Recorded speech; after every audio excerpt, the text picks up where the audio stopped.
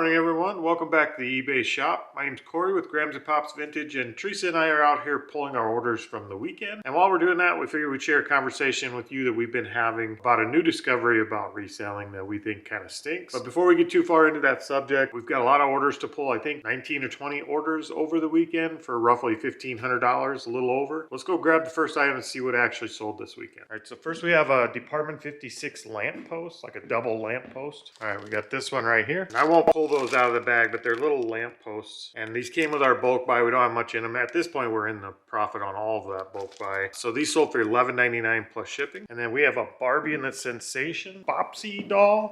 Yep, that's here. So these were part of our buy from Commonwealth Picker. See, we've got a whole drawer full of them down here. And we figure we've got just a couple of bucks in each of these after we split them all up and divided the cost of the tote that we bought. So we've got just a few bucks in this one, and she sold for $10 plus shipping. And then we have a top model summer Barbie to grab. All right, and again, just a couple of bucks in her, and she sold for $40 plus shipping. A little over, or a little under 10% of the total buy we got from Commonwealth Picker, covered with just this one doll. So we're doing really well on these. We're getting them out there. We've got a while to go before we hit profit, but slowly chipping away at it. And then we've got some soap. We picked these up at a Goodwill, and they're brand new, sealed in the box. It's just a box of like perfumed soap, which brings us to our topic today, smelly stuff. So the soaps here is kind of the culprit of big problem we're having. This is what we've been talking about. Is we had this closed up in a tote with some other items. I believe there was some plush in there with this. But anyway, anything in that box or tote that was with this now smells like this. And it's very strong in there. So that's kind of the trouble we've been running into with this. See, we've got another Barbie to grab real quick. Might be this Secret Messages Barbie. And it looks like it's another Teresa doll from 1999.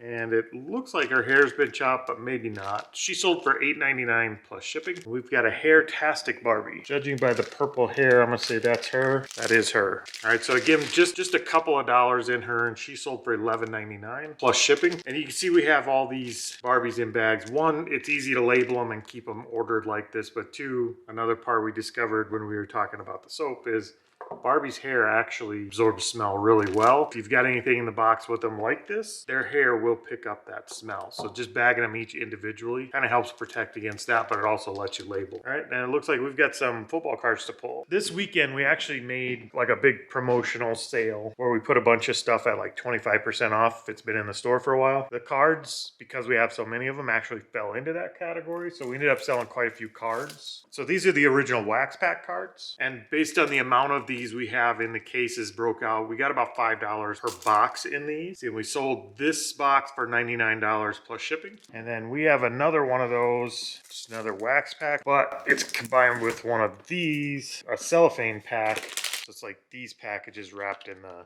see-through cellophane. All right, so this box, again, $5 in the box. This one sold for $110 plus shipping. Okay, so the bigger box of the jumbo pack cellophane packs, this one we actually have about $6 a box in, and it sold for $150 plus shipping. And we've actually got some more of those to pull here as we go, but right now that takes care of those two orders. And that sale did bring those down in price a little bit. Normally those jumbo packs are closer to $220 a pack or a box. But as you can see, we didn't get hurt on them. We're making plenty of money on them. I didn't mind letting them go at that price. So we let a few of those go, and we've got a few more, like I said, that actually sold on that same sale. But if you're trying to clear some shelf space, throwing a sale up like that has been really good for us as we're getting rid of a death pile and clearing shelf space, getting ready for spring, which is still probably close to 90 days away, but it's getting closer, and we're getting anxious to start getting out to sales again. All right, so we've got a little Christmas mouse building set here, and I won't pull it out of here. I'll put a picture of it up here so you can see what it kind of looks like. Something Grandma found at the Goodwill that she kind of liked, so she picked it up. It was a decent price. I think she got it for $3, and it ended up selling on an offer for $21.24 plus shipping. And then we've got a Department 56 Christmas house going out. We're still moving this Christmas stuff out of here, which is really good to see. It landed on the sale too. We have a Christmas item sale going on. There's that one. We're well into the profit on all the Christmas items that we picked up for the Department 56 buy. Matter of fact, I think we're almost at $1,000 in profit at this point, and we still got about a shelf and a half left of it to go. So we're gonna do really well on those buys. It's just everything from now on is just profit. So we can pretty much sell it at any price we want. We could be the bottom tier of pricing and beat everyone else out because everything we have on the shelf is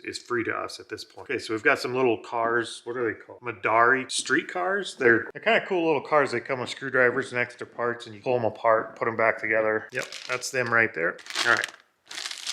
So that's them. We've got a set of 3 cars, and they come with different frames that go on them and different wheels you can take on and off of them. Some road cones, screwdrivers, and things like that. And we got that in the bag it's in, actually. We got that in like a toy bag at a thrift shop for $3.50. And that sold on an offer for $25.99. So those actually turned out to be a pretty good buy for us. See, we got a DVD to pick up. We haven't done many DVD sales lately, but we honestly don't have that many listed at the moment. And we haven't been listing any at the moment. Not super surprising. Jekyll and Hyde going out. Yeah, it seems like whatever type of item you're listing, you bring the people shopping for that type of item into the store. If we're listing a lot of Barbies, we tend to sell a lot of Barbies. If we're listing a lot of DVDs, we tend to sell a lot of DVDs. Kind of stands to reason it would work out that way. We had about 45 cents in this guy, and that sold for $15.30 plus shipping. And we got 2 more cellophane packs of the big jumbo packs of football cards. All right, so we had one person come in and buy 2 big pack of the jumbo cellophane packs of these. So total, we had $12 in those 2 boxes, and they paid $357 plus shipping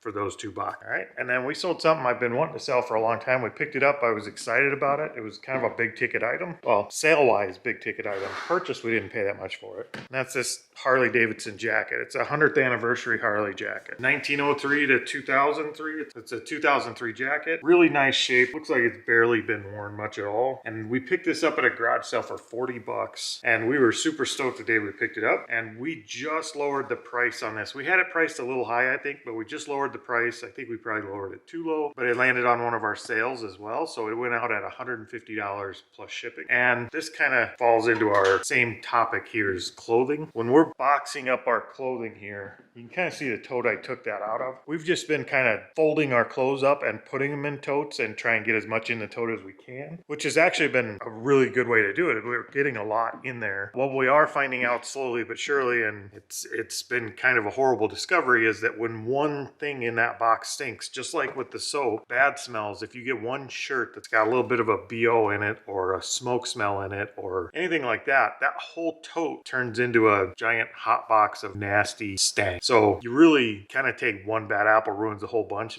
That's the way it's been working for us with smells. We've noticed the same thing with clothing. Like I said, plush in these totes. One plush that came from a house where somebody smoked, and you've got that whole tote that you've got to now try and figure out how to clean, get the smell out of. Hats has been a big one. Unfortunately, when you do smoke, your hat takes the brunt of that secondhand smoke, and it's hard to get all the smoke smell out of hats. I'm sure there's people out there who know how to do it. Those people aren't us. Maybe we'll have to contact the guys over at Reseller Information Network and talk to them about how they get smoke smell out. I know Troy at Mountain Man Treasure suggests you throw it in a freezer in kind of an open plastic bag, and that does work to an extent. It gets most of it out, actually. But you go close it up in a tote like that, and every hat you have will start smelling like smoke. So if you guys have suggestions for smoke smell, that's been a big part of the problems we're having with smell and putting things together in totes. All right, so it looks like we got one more box of football cards to pull here. Another one of the big cellophane jumbo packs. And again, $6 in it. This one sold for $152 plus shipping. And then we've got an Island Fun Miko doll.